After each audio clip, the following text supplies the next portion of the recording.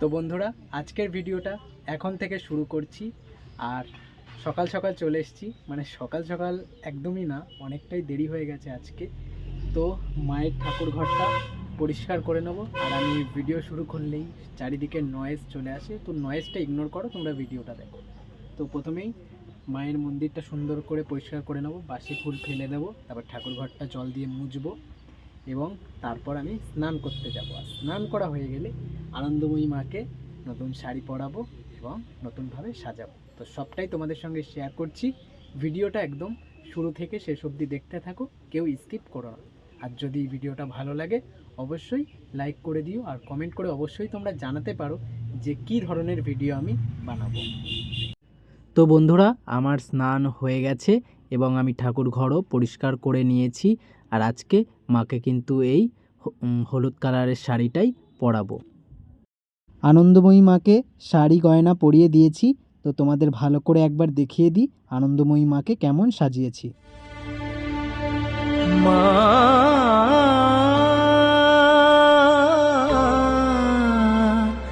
মা মা গো,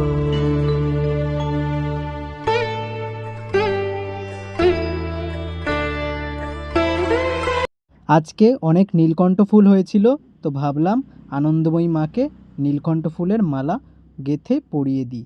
তার জন্য নিজের হাতে নীলকণ্ঠ ফুলের মালা গেঁথে আনন্দময়ী মাকে পরিয়ে দিলাম।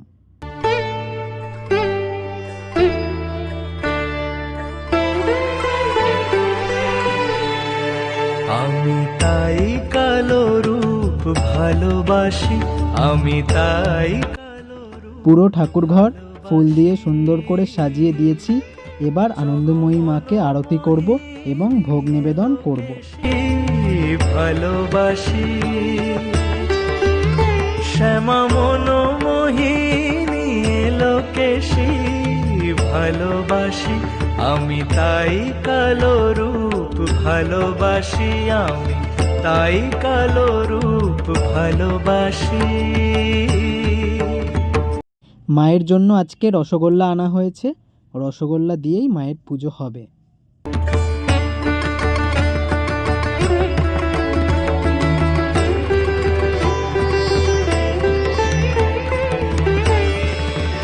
যিনি দেবের দেব মহাদেব, কালো রূপ তার হৃদয়ে বাসী, দেবের দেব মহাদেব।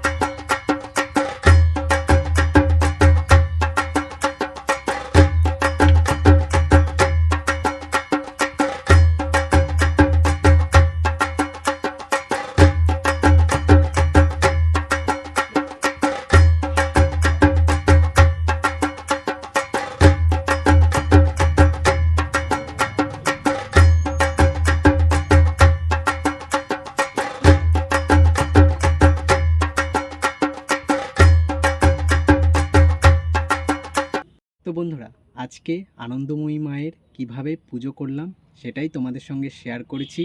ভিডিওটা ভালো লাগলে অবশ্যই লাইক করো, কমেন্ট করে জানিও কেমন হয়েছে, আর মাকে কেমন সাজিয়েছি অবশ্যই তোমরা বলবে। আর চ্যানেলে নতুন হলে অবশ্যই সাবস্ক্রাইব করবে।